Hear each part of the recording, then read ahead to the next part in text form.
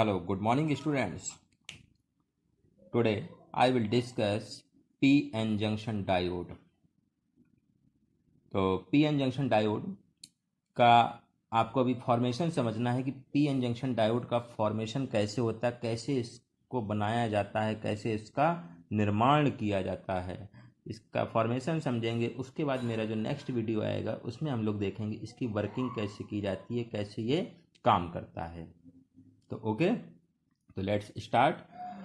Formation समझने के लिए जैसा कि आपको पता है डायोड सिंपल सा हमारे जो एक कंपोनेंट है, डायोड का वर्क होता है हमारा करंट को वन डायरेक्शन में ये फ्लो करता है। तो current flow in the one direction only, diode का हमारा ये वर्क होता है। अब ये तो हमको पता है ये वर्क होता है, बट ये बनता कैसे है? तो इसके लिए सेमी कंडक्टिंग मटेरियल जो हमारे होते हैं, टू टाइप्स के हमारे होते हैं, इंट्रेंसिक एंड एक्सट्रेंसिक। तो इंट्रेंसिक हमारे प्योर सेमीकंडक्टर होते हैं और इसके बाद जो एक्सट्रेंसिक होते हैं वो मेरे इम्प्योर सेमीकंडक्टर होते हैं। एक्सट्रेंसिक में आप लोगों ने पढ़ा हुआ है, टू टाइप्स के होते हैं, P type semiconductor and N type extrinsic semiconductor. Okay, तो पी टाइप और एन टाइप में क्या होता है, हमारे मेजॉरिटी चार्ज कैरियर होल्स होते हैं। पी टाइप में मेजॉरिटी चार्ज कैरियर होल्स होते हैं और एन टाइप में मेजॉरिटी चार्ज कैरियर इलेक्ट्रॉन होते हैं। तो अगर मुझे डायोड बनाना है, ठीक है ना, डायोड का निर्माण करना है, एग्जाम में आपके क्वेश्चन आता है कि describe the construction of P N junction diode या how can be formed P N junction diode. P N junction का डायोड का निर्माण कैसे किया जाता है, आपके एग्जाम में ये कई बार पूछा जाता है, हर साल या एक साल छोड़ के अल्टरनेट ये क्वेश्चन जरूर आता है एग्जाम में। देखिए, अगर मुझे पी एन जंक्शन डायोड का फॉर्मेशन की थ्योरी मुझे लिखनी है, आपको ये सारे पॉइंट आपको लिखने पड़ेंगे, सारे पॉइंट आपको अपनी थ्योरी में एक्सप्लेन करने होंगे। तो इसके लिए जो हमारा फॉर्मेशन होता है, मैंने आपको यहाँ पॉइंट लिख दिए हैं, स्टेप बाय स्टेप आपको सारे पॉइंट एक्सप्लेन करने हैं, आपकी थ्योरी कंप्लीट हो जाएगी। क्या होता है इसको बनाने के लिए, एक इसमें पी टाइप और एन टाइप मटेरियल हम लोग ऐड करते हैं, दोनों को एक साथ आपस में मिलाते हैं।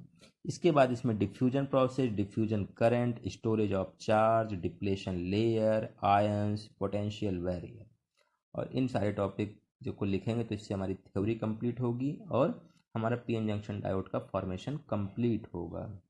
तो देखिए, पहला पॉइंट हमारा add P type and N type material. एक पी टाइप मटेरियल आप ले लें और एक एन टाइप मटेरियल ले लें। तो इससे क्या होगा, जब एक पी टाइप मटेरियल और एन टाइप मटेरियल को, ये हमारा पी टाइप मटेरियल है और ये हमारा एन टाइप मटेरियल है, इस पी टाइप और एन टाइप को दोनों को हमने एक साथ आपस में यहाँ पर मिलाया है, रखा है। तो रखने से क्या होगा या मिलाने से क्या होगा, दोनों के बीच में कोई भी दो चीज़ हैं आपस में अगर आप एक साथ, ये हमारा पी हो गया और ये मेरा क्या हो गया, एन हो गया, जब दोनों को एक साथ आप आपस में मिलाते हो तो मिलाने से क्या होगा, इनके बीच में जहाँ पर दोनों ये टच हो रहे हैं तो इनके बीच में एक बाउंड्री बन जाती है, ठीक है ना। एक बाउंड्री बनी होगी तो वो बाउंड्री हमारी क्या होती है, दैट इज कॉल्ड जंक्शन। ये जो बाउंड्री है हमारी, ये हमारी क्या होती है, ये हमारी जंक्शन कहलाती है, ठीक है ना, ठीक है ना, ये हमारा जंक्शन हो गया।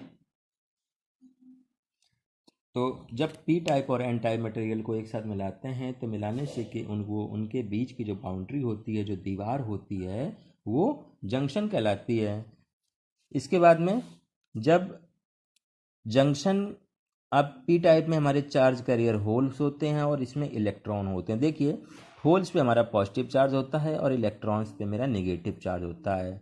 तो इसमें क्या होता है कि जब इन दोनों को एक साथ मिलाते हैं तो मिलाने से क्या होता है, जंक्शन के आसपास के जो हमारे चार्ज कैरियर हैं वो क्या होते हैं कि ये इलेक्ट्रॉन और होल एक दूसरे को ये न्यूट्रलाइज कर देते हैं। क्यों न्यूट्रलाइज कर देते हैं, क्योंकि ये नेगेटिव और पॉजिटिव क्या होता है, दोनों अपोजिट पोलरिटी होते हैं, एक दूसरे को अट्रैक्ट करेंगे और अट्रैक्ट करेंगे तो क्या होता है कि दोनों आपस में एक दूसरे को ये ख़त्म कर देते हैं, ये डिफ्यूज़ कर देते हैं। तो ये जो प्रोसेस होता है, that process is called diffusion process. तो डिफ्यूजन प्रोसेस कैसे लिखोगे, जंक्शन के आसपास के इलेक्ट्रॉन तथा होल आपस में एक दूसरे को जब न्यूट्रलाइज कर देते हैं, वो अपने आपको वो ख़त्म कर देते हैं, तो उसे डिफ्यूजन प्रोसेस कहा जाता है।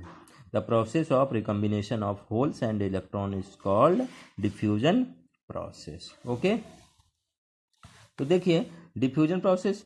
अब यहाँ पर हमारे जो ये चार्ज हैं, ठीक है ना, ये चार्ज हैं मेरे, और ये चार्ज जब आपस में ये डिफ्यूज़ करेंगे, एक दूसरे को डिफ्यूज़ करेंगे, तो वहाँ पर क्या होगा कि एक हमारी वहाँ पर एक normal little bit small amount की एक करंट जनरेट हो जाती है, फील्ड जनरेट हो जाती है।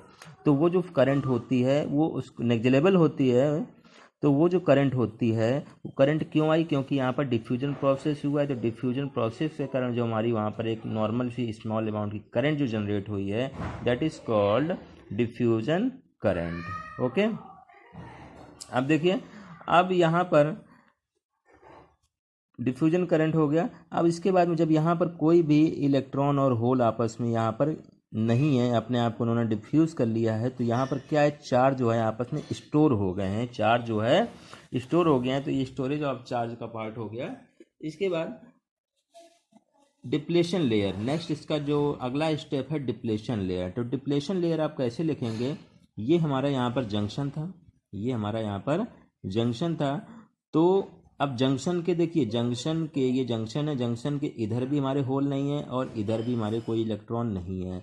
तो जंक्शन के आसपास का वह क्षेत्र जहाँ पर कोई भी चार्ज कैरियर अवेलेबल नहीं होता है, कोई भी इलेक्ट्रॉन और होल अवेलेबल नहीं होता है, वह क्षेत्र डिप्लेशन रीजन कहा जाता है। और यहाँ पर एक परत का निर्माण हो जाता है, जंक्शन के आसपास एक परत का निर्माण हो जाता है जहाँ पर कोई भी इलेक्ट्रॉन और होल नहीं होता। इस परत को डिप्लेशन लेयर कहा जाता है, या वह क्षेत्र जहाँ पर कोई भी इलेक्ट्रॉन और होल अवेलेबल नहीं होता है, वह डिप्लेशन क्षेत्र कहा जाता है। तो ये मेरा डिप्लेशन लेयर हो जाता है। ओके, अब देखिए यहाँ पर इस समय ये जंक्शन है और इस जंक्शन के आसपास क्या है, कोई भी इलेक्ट्रॉन और होल नहीं है। तो यहाँ पर इस समय है क्या, यहाँ पर ऐसा तो है। अब यहाँ पर एक स्मॉल अमाउंट की करंट तो है ही, आपको मैंने अभी बताया था डिफ्यूजन करंट है। तो यहाँ पर इस समय क्या है, केवल एक आयन बचते हैं। आप लोगों ने फिजिक्स में पढ़ा होगा, कोई भी अगर हमारा बॉडी है और इस बॉडी से अगर कोई चीज़ बाहर निकल के जाती है, तो वहाँ पर जो हमारा चार्ज होगा तो क्या होता है, Q is equal two plus positive में NE, है ना। और वही चीज़ अगर कोई पार्टिकल अगर यहाँ बाहर से अंदर आता है तो उस पर क्या आ जाता है, Q is equal to minus NE। तो देखिए ये हमारा जंक्शन था और यहाँ से इलेक्ट्रॉन, यहाँ से जो इलेक्ट्रॉन थे वो इलेक्ट्रॉन हमारे कहाँ गए थे, वो इलेक्ट्रॉन हमारे इधर चले गए थे हमारे। अब इधर हमारे आ गए थे, तो यहाँ पर हमारा कौन सा आयंस हो जाएंगे, हमारे इधर निगेटिव आयन हो जाएंगे और इधर हमारे क्या हो जाएंगे, पॉजिटिव आयंस हो जाएंगे।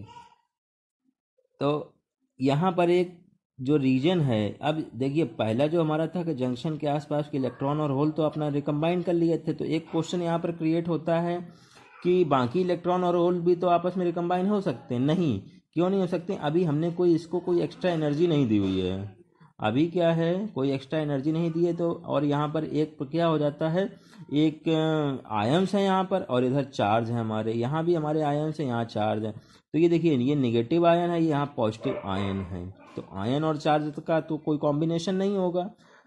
तो इनके बीच एक आंसर, इसका आंसर ये भी हो सकता है कि ये इसके बीच डिस्टेंस काफ़ी ज़्यादा होती, इसलिए ये इलेक्ट्रॉन और होल आपस में रिकम्बाइन नहीं कर सकते हैं। यानी कि ये बीच में क्या है, एक ऑब्स्टिकल टाइप का यहाँ पर क्रिएट हो गया। यहाँ पर जो डिप्लेशन लेयर बन गई है, डिप्लेशन रीजन बन गया है, ये एक ऑब्स्टिकल क्रिएट हो गया है। तो ऑब्स्टिकल आ गया, इट मीन्स यहाँ पर कुछ ना कुछ ये अवरोध आ रहा है, और अवरोध आ रहा है यानी कि यहाँ पर एक प्रकार का बैरियर बन जाता है, ठीक है ना। तो ये जो बैरियर होता है हमारा, इस बैरियर को हम लोग बोलते हैं पोटेंशियल बैरियर। तो इसको हमने दिखा दिया है कि जो हमारे यहाँ पर इलेक्ट्रॉन यहाँ से होल्स की तरफ आए थे, ठीक है ना। तो यहाँ हमने दिखा दिया इसको हायर पोटेंशियल और यहाँ मैंने दिखा दिया इसको लोअर पोटेंशियल।